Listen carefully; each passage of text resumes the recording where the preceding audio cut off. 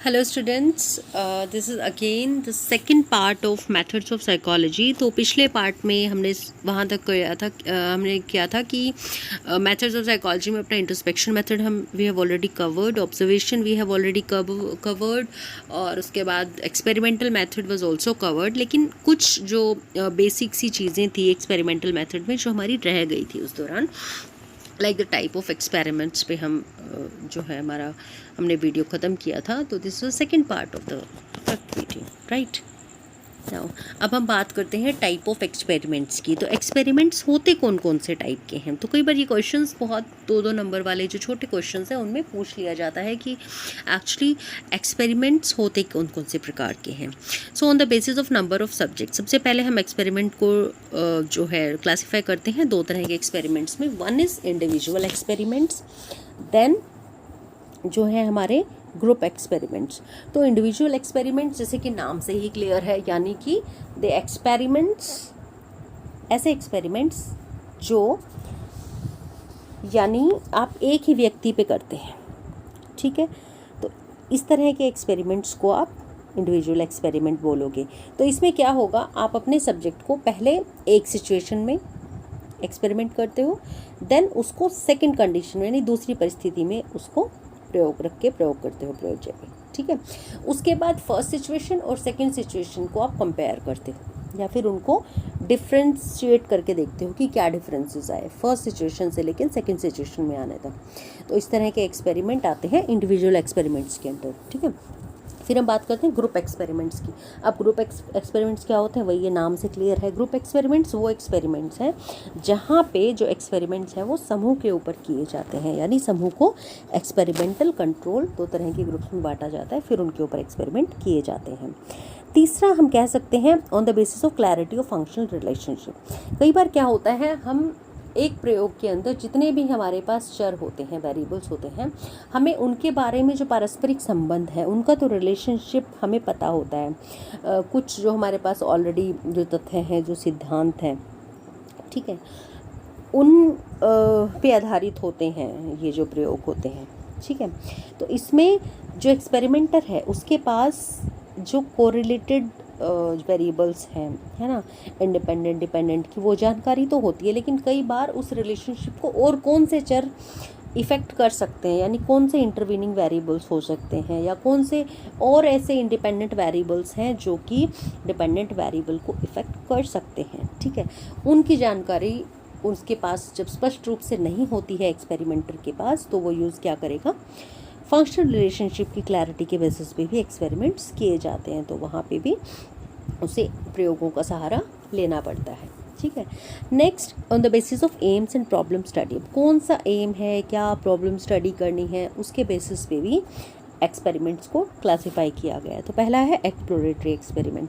Exploratory जैसे आपको सबको पता है, नाम से क्लियर है, खोजक प्रयोग, यानी एक्सप्लोर करना, खोज करना, ठीक है। ऐसे प्रयोग तब किए जाते हैं जो बहुत ही स्टार्टिंग लेवल में, जब भी किसी चीज़ के ऊपर फर्स्ट टाइम रिसर्च हो रही होती है ना, तो प्रारंभिक जो है प्रयोगकर्ता के पास बहुत सारा इससे रिलेटेड कोई लिटरेचर नहीं होता है, बहुत ही रिसेंट सी स्टडी होती है, ठीक है। बहुत ही जो है अभी तक जिस चीज़ को किसी ने स्टडी नहीं किया है, कोई फर्स्ट टाइम स्टडी कर रहा है, तो इसको क्या हो गया, एक्सप्लोरेटरी एक्सपेरिमेंट, ठीक है। तो यहाँ पे अब इसमें जो प्रयोग करता है, जो एक्सपेरिमेंटर है, उसके पास बहुत ही लिमिटेड नॉलेज होती है और बहुत ज़्यादा हाई क्यूरियोसिटी होती है कि पता नहीं क्या रिजल्ट्स आएंगे। उसको जो वेरिएबल्स हैं उनके बारे में कोई निश्चित उसको कुछ भी ज्ञात नहीं होता है कि उन दोनों वेरिएबल्स के बीच में पारस्परिक संबंध कैसा होगा, whether there will be positive relationship between the two variables और there will be negative relationship, उसको कुछ ज्ञान नहीं होता है। ये सिर्फ एक्सप्लोर करने के लिए एक्सपेरिमेंट्स किए जाते हैं, ठीक है। Second is confirmatory. कन्फर्मेटरी वो होते हैं बिल्कुल उससे उलट होते हैं। एक्सप्लोर में तो हमें कुछ पता ही नहीं, लेकिन कन्फर्मेटरी में हमें चरों के बारे में, वेरिएबल्स के बारे में बहुत कुछ ज्ञात है, लेकिन फिर भी हम पहले से जो हमें जिन चीज़ों का पता है ना, हम उन्हीं के ऊपर फिर से एक्सपेरिमेंट्स करते हैं, उन्हीं के वेरिएबल्स के साथ हम फिर से मैनिपुलेशंस करते हैं, ठीक है। और इसमें इसका उद्देश्य क्या होता है, फिर भी जो कुछ अदर वेरिएबल्स हैं या फिर और कुछ भी, अगर आपके पास कुछ नया कंक्लूज़न निकल के आ सकता है, तो आप ये सिर्फ देखना चाहते हैं, कंफर्म करना चाहते हैं कि इससे पहले भी आपने जो एक परस्पर जो संबंध बताया गया है कि अभी भी सेम रिलेशनशिप हमारी स्टडी पे वो निकल रहा है, या हमारे सब्जेक्ट्स पे सेम रिजल्ट्स आ रहे हैं या नहीं आ रहे हैं, तो एक तरह से कंफर्मेटरी एक्सपेरिमेंट्स हम इनको कह सकते हैं। ठीक है, नेक्स्ट इज क्रूशियल एक्सपेरिमेंट्स, यानी क्रूशियल प्रयोग। अब इसमें क्या होता है, इस प्रकार के जो प्रयोग होते हैं इनमें क्या होता है कि विपरीत हम परिकल्पना लेके चलते हैं, हम ये मान के चलते हैं कि इन दोनों वेरिएबल्स का पारस्परिक संबंध नहीं है। ठीक है, फिर हम उसके ऊपर एक्सपेरिमेंट करते हैं। ठीक है, इस प्रकार के जो प्रयोग होते हैं, यहाँ पे अब एक सिद्धांत से जुड़े हुए जितने भी कथन होते हैं ना, उनकी तो पुष्टि आप कर सकते हो, लेकिन जब दूसरे सिद्धांत से जुड़ा हुआ अगर कोई दूसरा कथन है आपके पास, तो वहाँ पे आप उसका खंडन करते हो। ठीक है, फिर नेक्स्ट हम बात करते हैं पायलट स्टडीज़ की। पायलट स्टडीज़ वो छोटी छोटी ये प्रयोग हैं जो बिल्कुल प्रारंभिक प्रयोग बोले जाते हैं। ठीक है, तो जब भी हम कोई बड़ा एक्सपेरिमेंट, बड़ी रिसर्च करने वाले होते हैं, तो पहले एक छोटा सा सैंपल साइज लेके हम उसके ऊपर प्रारंभिक रूप से कुछ प्रयोग कर लेते हैं, प्रीलिमिनरी एक्सपेरिमेंट कर लेते हैं, जिससे हमें एक मोटे तौर पे एक हल्का फुल्का सा ना वेरिएबल्स के बीच में क्या रिलेशनशिप होगा, थोड़े सैंपल साइज पे हमें वो रिजल्ट्स मिल जाएं, ताकि हम अपने अब रिसर्च को एक दिशा दे सकें कि अब हमको अपने हाइपोथेसिस को पॉजिटिव सेंस में लेके जाना है, नेगेटिव करना है, या कोई रिलेशन नहीं बताना है ना, हमें एक आइडिया मिल जाता है हल्का फुल्का सा। तो वहाँ पे हम पायलट स्टडीज़ का यूज़ करते हैं। ठीक है, या फिर अब रिसर्च करने के दौरान हमें क्या क्या दिक्कतें आई, क्योंकि अगर हम कोई लार्ज स्केल पे अपना रिसर्च करने वाले हैं, ज़्यादा सब्जेक्ट्स पे करने से बेहतर है आप थोड़े सब्जेक्ट्स पे पहले जब रिसर्च करके देखते हो, थोड़ा बहुत अपना एक्सपेरिमेंट करके देख लेते हो, तो आपको एक आइडिया लग जाता है कि उसके दौरान आपको क्या क्या दिक्कतें आई। क्वेश्चनियर बनाने में तो दिक्कतें नहीं आई हैं, या फिर एक्सपेरिमेंट में कंडीशंस को कंट्रोल करने में तो दिक्कत नहीं आई है, या और भी किस तरह की समस्याएँ आपने फेस की हैं, तो आपको पायलट स्टडी में पता चल जाता है। देन बात करते हैं हम फील्ड स्टडीज़ की। ये भी एक टाइप ऑफ एक्सपेरिमेंट है। फील्ड स्टडीज़ जैसा नाम से भी क्लियर है, तो ये लाइक प्रयोगशाला में तो होंगी नहीं, ये होंगी आपके फील्ड में। ठीक है, तो फील्ड के अंदर आपको वेरिएबल्स को कंट्रोल करना, चीज़ों को कंट्रोल करना वहाँ पे ज़्यादा मुश्किल होगा, नियंत्रण नहीं हो पाएगा सिचुएशन पे। तो इन वाली स्टडीज़ में क्या होगा, एरर की, त्रुटियों की मात्रा अधिक हो जाती है। ठीक है, फिर आता है on the basis of number of variables. Number of variables यानी वेरिएबल्स की संख्या के आधार पर। अब यहाँ पे क्या होता है, यूनिवेरिएट है, यानी सिंगल वेरिएबल, जहाँ पे एक ही वेरिएबल होगा, यानी एक इंडिपेंडेंट होगा, एक डिपेंडेंट वेरिएबल होगा यूनिवेरिएट एक्सपेरिमेंट्स में।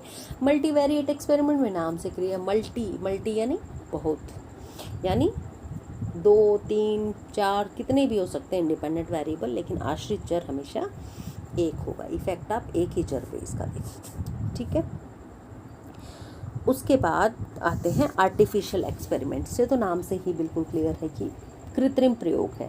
कृत्रिम प्रयोग ऐसे प्रयोग होते हैं जिनमें जो एक्सपेरिमेंटर है वो अपने प्रयोज्यों पे, यानी अपने सब्जेक्ट्स पे पूर्ण तरह से आर्टिफिशियली बिल्कुल क्या करेगा, वो उनको कंट्रोल सिचुएशन में रखता है।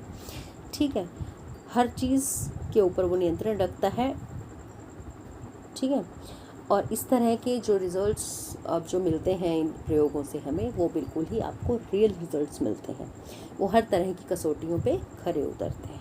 ठीक है, क्योंकि यहाँ पे जो एक्सपेरिमेंटर्स है उसका जो बाहरी वेरिएबल्स हैं, एक्सट्रानियस वेरिएबल्स हैं, उनके ऊपर पूर्णतः उसका कंट्रोल रहता है।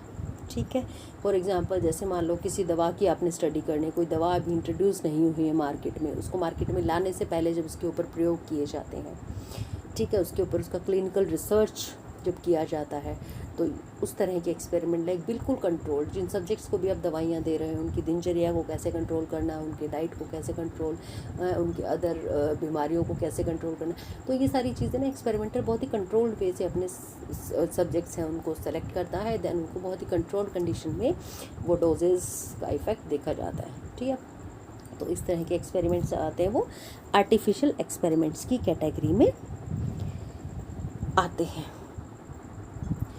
अब हम बात करेंगे कि क्या क्या मेथड्स होते हैं एक्सपेरिमेंट्स को कंट्रोल करने के। अब एक्सपेरिमेंट है तो डेफिनेटली इंडिपेंडेंट वेरिएबल होगा, डिपेंडेंट वेरिएबल होगा। लेकिन इसके बीच हमने बात की कि कुछ इंटरवीनिंग वेरिएबल्स भी हो सकते हैं, इंटरप्टेड जो वेरिएबल्स हैं, इंटरप्ट करने वाले वेरिएबल्स भी हो सकते हैं, ठीक है, मीडिएटेड वेरिएबल्स भी हो सकते हैं, मध्यस्थ चर जिनको कहा जाता है वो भी, तो उनको आप कंट्रोल कैसे करोगे। सबसे पहला मेथड है कंट्रोल करने का, रिमूव कर दो, निष्कासन विधि, मेथड ऑफ रिमूवल।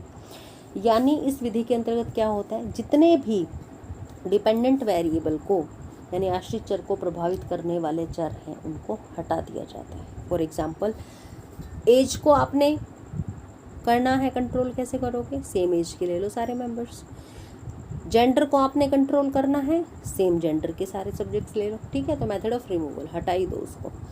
दूसरा मेथड आता है कैसे आप कंट्रोल करोगे, मेथड ऑफ स्क्रीनिंग और बैलेंसिंग। यहाँ पे क्या होता है, आवरण किया जाता है चीज़ों को, बैलेंस किया जाता है। कैसे आवरण करोगे, कैसे स्क्रीन आउट करोगे। इस विधि के अंतर्गत जितने भी जो भी संबंधित चर हैं, ठीक है, जो भी वेरिएबल्स हैं, जो इंटरवीनिंग वेरिएबल्स हैं, जो इंटरप्ट कर रहे हैं बीच में प्रोसेस को, उनको ख़त्म करने के लिए, ठीक है, उनसे अधिक तीव्र जो वेरिएबल्स हैं उनका प्रयोग अब यहाँ किया जाता है।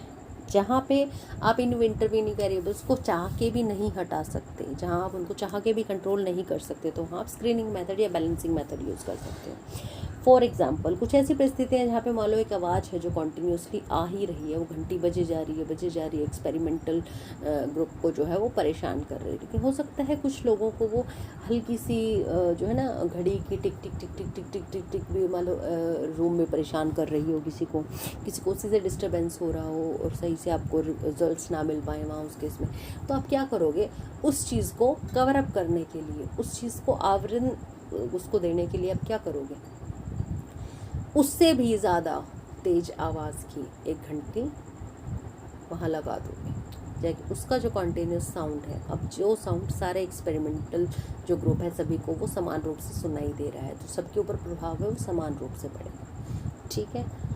तो वहाँ पे आपने जो टिक टिक टिक टिक आवाज़ थी, हो सकता है वो सभी को प्रभावित ना करे, लेकिन जो तेज़ घंटी की आवाज़ है वो सभी को समान रूप से प्रभावित कर रहे हैं। इस तरह से करके हमने इसको ड्रिल्स को बैलेंस कर दिया है, ठीक है।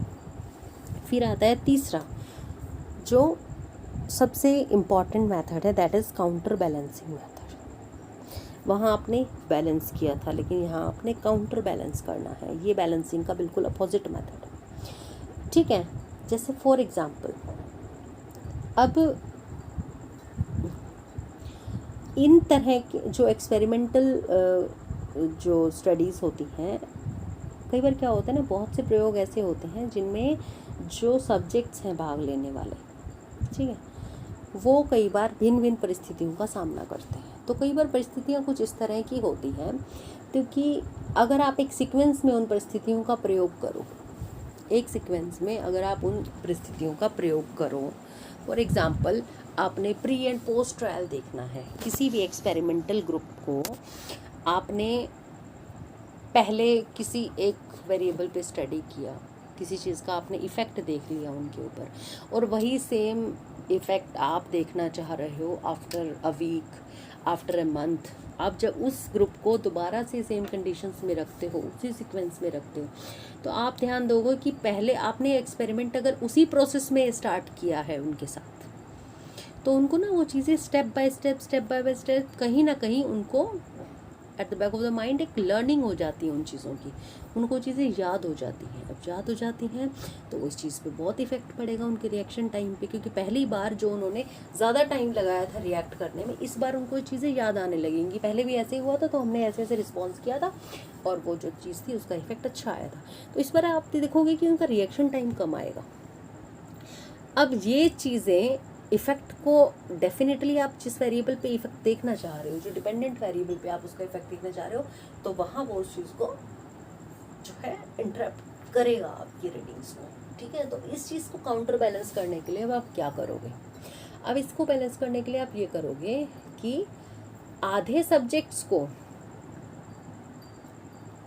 या तो आधे सब्जेक्ट्स को आप सीक्वेंस बदल के उनका रिएक्शन टाइम चेक कर लो, ठीक है। फॉर एग्ज़ाम्पल, जैसे एग्ज़ाम्पल मैं आपको बताती हूँ। फॉर एग्ज़ाम्पल हम ये देखना चाहते हैं कि जो स्टॉप का साइन है उसको किस रंग से लिखा जाए, लाल रंग से या पीले रंग से। ठीक है, तो अब इसके लिए हम उनका रिएक्शन टाइम चेक करते हैं।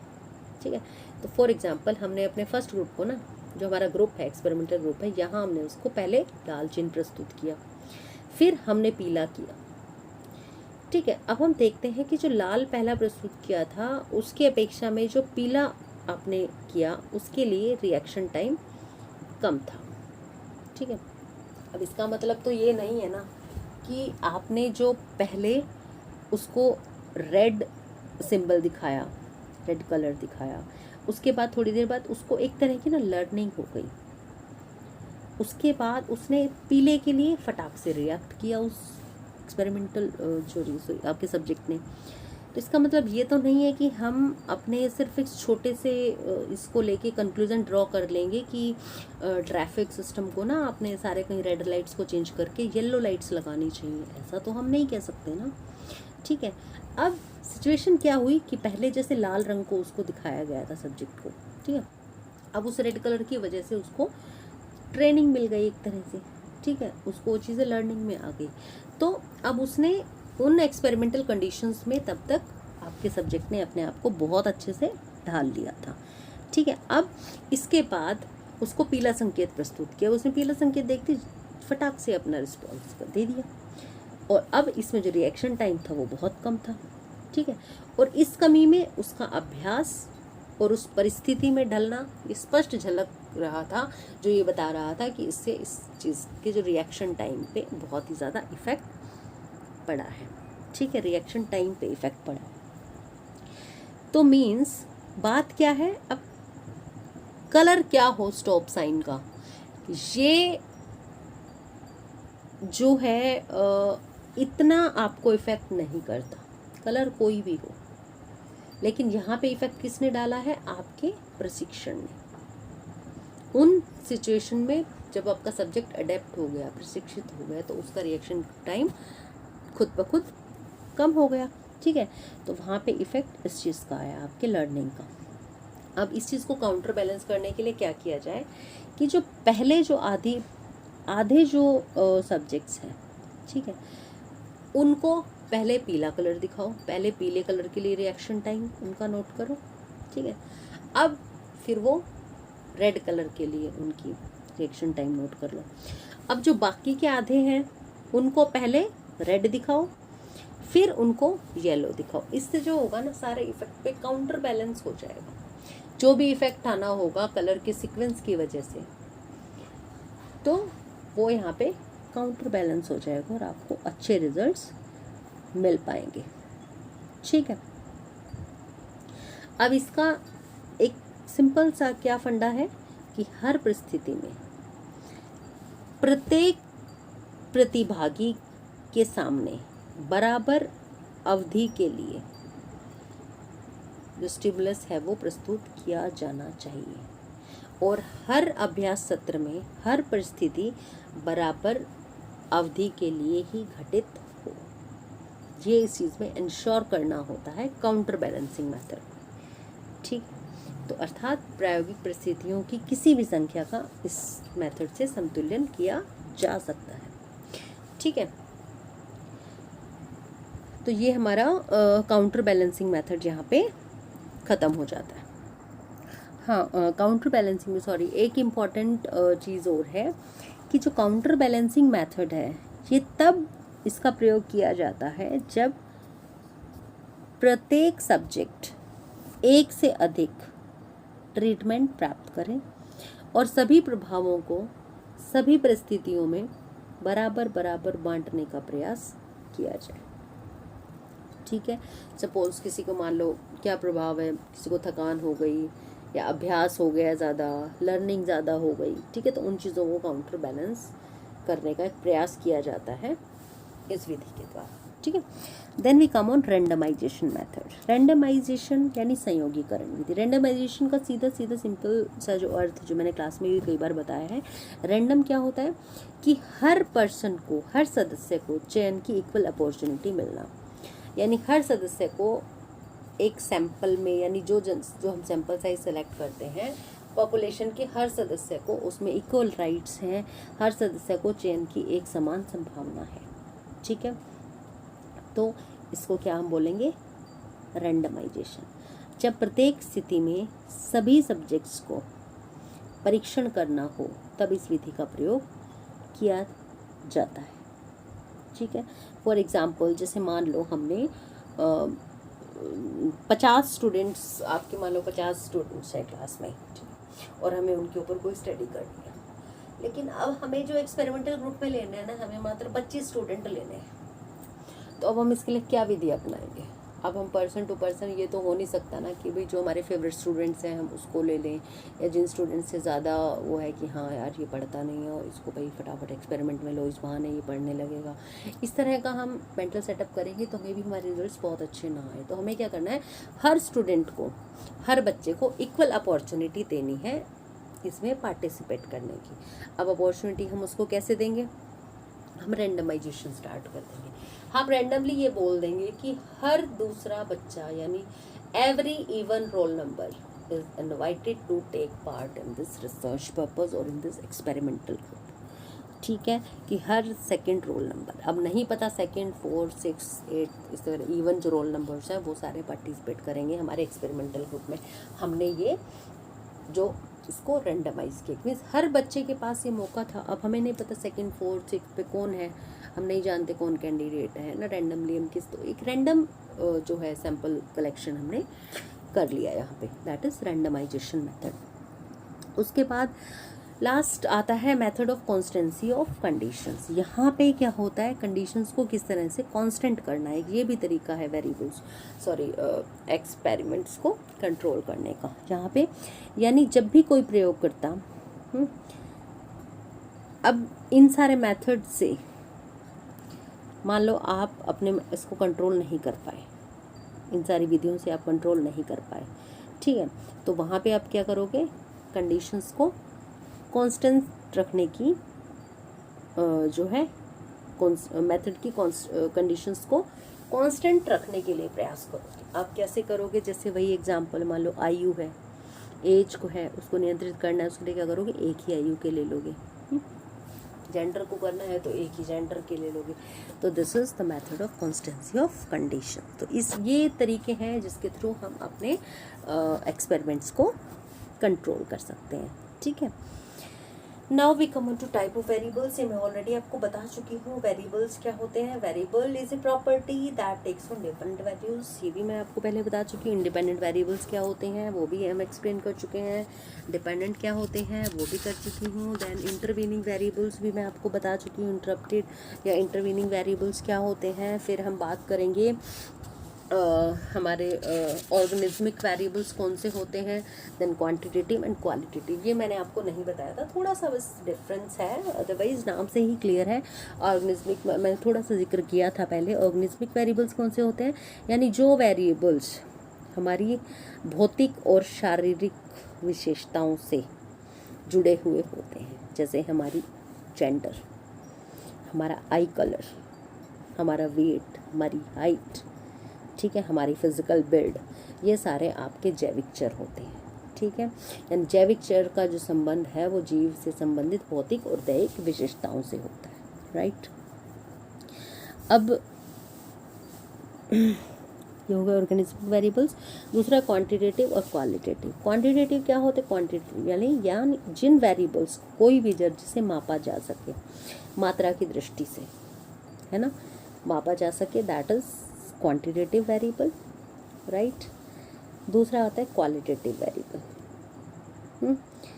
क्वालिटेटिव क्या होता है, जैसे मान लो किसी की मात्रा होती है, जैसे मान लो आयु है, आपका वज़न है ना, और एज है, आपका हाइट है, वेट है, इनको आप माप सकते हो। These are the quantitative variables. Qualitative क्या होते हैं, जहाँ पे आपको मात्रा की दृष्टि से आप उनको माप नहीं सकते।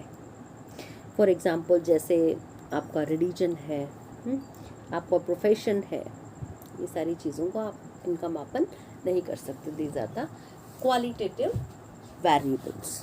राइट, चलो अब जो लास्ट स्टेप आता है राइटिंग एन एक्सपेरिमेंट, वैसे तो मैं तुम्हें पहले भी बता चुकी हूँ, क्लास में भी बता चुकी हूँ, लेकिन फिर से भी बता देती हूँ। Steps of writing an experiments, एक एक्सपेरिमेंट को आप कैसे लिखोगे। फर्स्ट टाइटल लिखोगे अपने एक्सपेरिमेंट का, प्रॉब्लम को स्टेट करोगे, एक्सपेरिमेंट को इंट्रोड्यूस करोगे, क्या इंट्रोडक्शन है उसका, उसके बारे में सारा आप जो बिहाइंड द थ्योरी है वो सब चलेगा इसमें। फिर थ्योरेटिकल बैकग्राउंड, अब उस एक्सपेरिमेंट का थ्योरेटिकल बैकग्राउंड क्या है, किसने बनाया, कैसे कैसे डेवलप हुआ ये टेस्ट, ये सब आप लिखोगे। हिस्ट्री और लिटरेचर जो भी इससे संबंधित है उसका रिव्यू अप करोगे, लिटरेचर में इस टेस्ट को, इस एक्सपेरिमेंट को किस तरह से, किस स्टडी में इससे पहले यूज़ किया हुआ है, तो वो एक ब्रीफ लिटरेचर आप यहाँ व्यू दे दोगे, ठीक है। फिर आप डिफाइन करोगे अपने हाइपोथेसिस को, अब इसके बेसिस पे आप अपनी परिकल्पना लिखोगे। फिर मेथड यूज़ करोगे। अब मेथड में क्या क्या चीज़ें आप लेके आओगे, मेथड में आप लिखोगे क्या क्या आप एपरेटस यूज़ कर रहे हो एक्सपेरिमेंट्स में, क्या मटेरियल यूज़ कर रहे हो, किस किस चीज़ का आप प्रयोग कर रहे हो, ठीक है, क्या क्या आपने अरेंजमेंट्स बनाई, यानी इंस्ट्रक्शंस और वो जो भी आपने अरेंजमेंट्स बनाई हैं, कंडीशंस, एक्सपेरिमेंटल कंडीशंस, वो बताओगे, ठीक है। फिर आप डिफाइन करोगे आपके सब्जेक्ट्स कौन हैं, सैम्पल साइज़ कितना लिया, कौन से आपके सब्जेक्ट्स हैं, पर्टिकुलर सब्जेक्ट्स हैं, जनरल सब्जेक्ट्स हैं, ठीक है। वेरिएबल्स क्या क्या हैं, इंडिपेंडेंट और डिपेंडेंट एटलीस्ट आप मेंशन करोगे। देन वेरिएबल्स को आपने कंट्रोल कैसे किया है ये बताओगे। फिर सब्जेक्ट्स को इंस्ट्रक्शंस कैसे देनी है वो लिखोगे। फिर आप एक्सपेरिमेंटल प्रोसीजर जो करना है वो सब राइट डाउन करोगे, ठीक है, क्या आपने प्रोसीजर फॉलो किया है। फिर उस प्रोसीजर के बाद आप किस रिज़ल्ट पे आए हो, क्या आपके रिज़ल्ट्स आए हैं, उन पे फोकस करोगे, ठीक है। फिर उन रिज़ल्ट्स के बाद आप बात करोगे डिस्कशन एंड कंक्लूज़न, क्या अब उन रिज़ल्ट्स को आपने प्रीवियस स्टडीज़ के कंटेक्स्ट में डिस्कस करना है कि पहले स्टडीज़ के रिज़ल्ट्स हमें इस तरह से मिले थे तो अभी इन स्टडीज़ के ये रिज़ल्ट्स मिलते हैं, तो डिस्कशन यहाँ हो गया। देन फिर अब आप अपनी सारी फाइंडिंग्स को, आपको जो भी चीज़ें मिली हैं जैसे आपने उसको डिस्कस किया, उसके बाद आपको क्या एक क्रक्स निकला पूरी स्टडी का, पूरे एक्सपेरिमेंट का, फिर आप उसको कंक्लूड करोगे। लास्ट इज रेफरेंस, ये बहुत इंपॉर्टेंट है कि आपने जो अपना मटेरियल है इसमें जो भी आपने इंट्रोडक्शन लिया है, किस किस थ्योरी को बेस बनाया है, किस डिस्कशन में किन थ्योरीज़ को आपने यूज़ किया है, किन स्टडीज़ को यूज़ किया है, वो सारा आपको उसका रेफरेंस लिखना होगा, यानी आपको उसका एड्रेस देना होगा कि आपने वो चीज़ें कहाँ से उठाई हैं, ठीक है। Now the last but not the least, ठीक है, बिगनर्स के लिए बहुत है पार्ट, फर्स्ट में इतना ही है, सिर्फ आपका एक्सपेरिमेंटल एक्सपेरिमेंटल मेथड दिया हुआ है, then observation method and survey method. So survey method is the last and my favourite, ठीक है। तो सर्वे मेथड बहुत छोटा सा मेथड है। सर्वे होता क्या है, कहाँ यूज़ किया जाता है, सबसे पहली बात, सबसे इम्पॉर्टेंट, सर्वे हमेशा वहाँ यूज़ किया जाएगा जहाँ पे आपको इन्फॉर्मेशन बहुत सारे लोगों से एक बार में कलेक्ट करनी हो, बहुत लार्ज नंबर ऑफ पीपल से आपको जब इन्फॉर्मेशन कलेक्ट करनी हो वहाँ आप सर्वे मेथड यूज़ करोगे, ठीक है।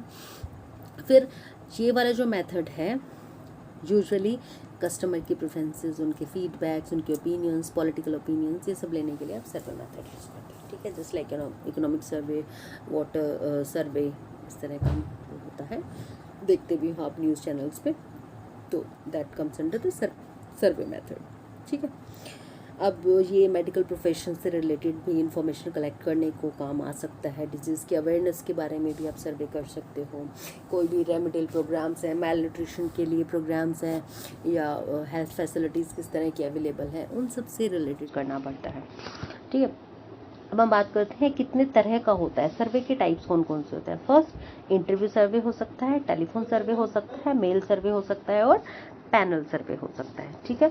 तो इंटरव्यू सर्वे क्या होता है, इंटरव्यू सर्वे वो होता है जहाँ पे, ठीक है, इस प्रकार के सर्वे में जो आंकड़े एकत्रित करने के लिए सैंपल में सम्मिलित सभी व्यक्तियों का जहां एक एक करके इंटरव्यू की तरह यानी साक्षात्कार किया जाता है, ठीक है।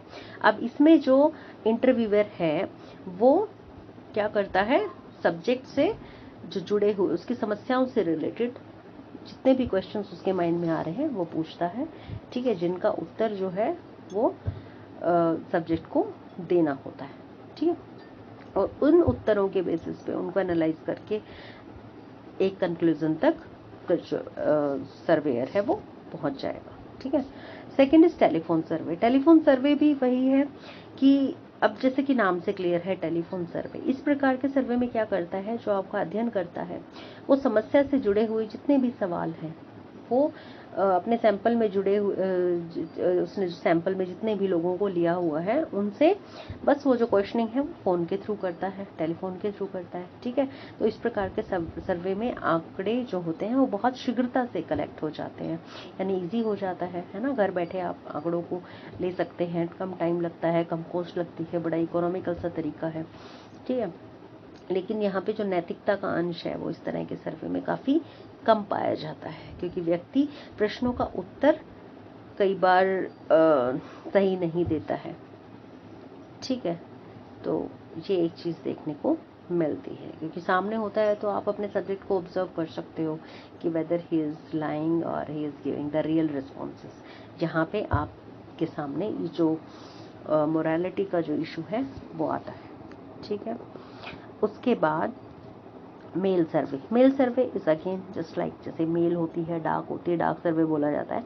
इसके अंतर्गत जो भी आपका सर्वेयर है वो व्यक्ति से प्रश्न जो भी उसने पूछना है उनको एक जो है बुकलेट बनवा के उनकी और सैंपल के शामिल सभी लोगों को वो भेजता है। उसके बाद वो अपने सवालों के जो सही सही जवाब दे के जो उनको सही लगता है, जिस भी तरह के वो जवाब देते हैं वो उसको वापस लौटा देते हैं। That is mail survey. फिर तो panel survey. Panel survey just like the interview survey, बस इसमें फ़र्क ये होता है, इसमें जितना भी सैंपल में इतना बड़ा आपका सैंपल साइज होगा, जितने लोग भी इसमें शामिल होंगे उनका कई कई बार इंटरव्यू किया जाता है। ठीक है। यानी उस सैंपल से प्रॉब्लम जितनी भी उनकी प्रॉब्लम्स हैं उस सैंपल से बार बार डिफरेंट टाइम फ्रेम्स में भिन्न भिन्न अंतराल के बाद उनसे उन्हीं प्रश्नों को 2-3-4 बार पूछा जाता है। ठीक है। इससे ये पता चलता है कि उनके जो आपके सैंपल के अंदर जो पीपल हैं उनके एटीट्यूड में परिवर्तन आया है या नहीं आया है, या आया है तो किन कारणों की वजह से आया है। ठीक है। This are the type of surveys. ठीक है, ये हो गया। फिर आता है methods use in the survey. कौन कौन से टूल्स आप इसमें यूज़ करोगे, कौन कौन से मेथड यूज़ करोगे। टूल्स का तो सबको पता है, आप क्वेश्चनर्स पुस्तिकाएं यूज़ कर सकते हो, प्रश्न पुस्तिका जिसे तो क्वेश्चनर्स यूज़ कर सकते हो। आप चेकलिस्ट भी यूज़ कर सकते हो, क्या है क्या नहीं है, चेक चेक टिक टिक लगाते जाओगे, that is checklist. Then rating scale आप इसमें यूज़ कर सकते हो as a tool. Inventories use कर सकते हो। क्वेश्चनर्स जब क्वेश्चनर्स में क्वेश्चंस कम होते हैं, इन्वेंटरीज में क्वेश्चंस ज़्यादा होते हैं, बस ये फ़र्क होता है। जो जिसमें क्वेश्चंस बहुत ज़्यादा होते हैं तो वो आप इन्वेंटरीज यूज़ कर सकते हो। ठीक है। These are the 4 tools we can use in survey method कौन कौन से, जैसे मैं पहले बता चुकी हूँ। बाय पोस्ट आप यूज़ कर सकते हो, जिसको आप मेल सर्वे बोलते हो। बाय फेस टू फेस कर सकते हो, इंटरव्यू सर्वे हो सकता है। बाय टेलीफोन सर्वे हो सकता है। वीडियो फ़ोन, ये आज के दिन ये फीचर बहुत ईजीली एक्सेसिबल है, अवेलेबल है, तो हम इसको यूज़ कर सकते हैं वीडियो कॉल्स के थ्रू इंटरनेट। ठीक है। तो these are the methods of doing methods used in survey. ठीक है। अब बात करते हैं एडवांटेजेस क्या है। सबसे पहला एडवांटेज, बहुत आसान है इसको एडमिनिस्टर करना। These are easy to administer. कम समय लगता है, लेस टाइम कंज्यूमिंग है, बहुत कॉस्ट इफेक्टिव है, और ज़्यादा लोगों से आप एक समय पे डेटा कलेक्ट कर सकते हैं। ठीक है। ज़्यादा डाटा आप एक समय में कलेक्ट कर सकते हैं। एक्सपेरिमेंट में तो आप किसी एक वेरिएबल पे फोकस करेंगे, ऑब्जर्वेशन में भी कुछ एस्पेक्ट्स पे आप फोकस करेंगे, लेकिन सर्वे में आप एक बार में कई सारे ब्रॉड रेंज ऑफ डेटा आप कलेक्ट कर सकते हो। और सबसे बड़ी डिसएडवांटेजेस क्या है, रिस्पोंडेंट्स कभी भी ज़्यादातर समय वो ऑनेस्ट रिस्पॉन्स नहीं देते, उनके रिस्पॉन्सेस फेक होते हैं, ऑनेस्ट नहीं होते। और इसकी रिलायबिलिटी और वैलिडिटी पे आप शक बहुत आसानी से कर सकते हो, क्योंकि ना तो हो सकता है आपने जो आज प्रश्न को उत्तर दिया है, जब आपको नेक्स्ट टाइम वही चीज़ें पूछी जाएं आप उनका उत्तर कुछ उस परिस्थितियों में किसी और तरह से दो, तो रिलायबिलिटी और वैलिडिटी इसकी पुअर होती है। ठीक है। तो यहाँ हमारा सर्वे मेथड ख़त्म हो जाता है। तो इस तरह से मेथड ऑफ साइकोलॉजी के मैंने 3 वीडियोस बनाई हैं, ठीक है, फर्स्ट वाली थोड़ी लंबी है लेकिन वो देखना ज़रूर, दैट इज़ वेरी इंटरेस्टिंग। पूरा प्रयास किया है मैंने अपनी तरफ से समझाने का, कवर अप करने का, तो आप ज़रूर देखिएगा। उसके बाद सेकंड है, सेकंड में वही experimental method and experimental method का रिमेनिंग पार्ट है सर्वे का थोड़ा सा, लेकिन सर्वे का थर्ड वीडियो उसमें मैं नहीं कंक्लूड कर पाई थी, तो मैंने इसमें कंक्लूड कर दिया है। आप इसी तरह की अगर और वीडियोस देखना चाहते हैं तो अभी के अभी मेरे चैनल को लाइक करें, सब्सक्राइब करें। That is doctor Priyanka Yadav @psychometeasy। Thank you.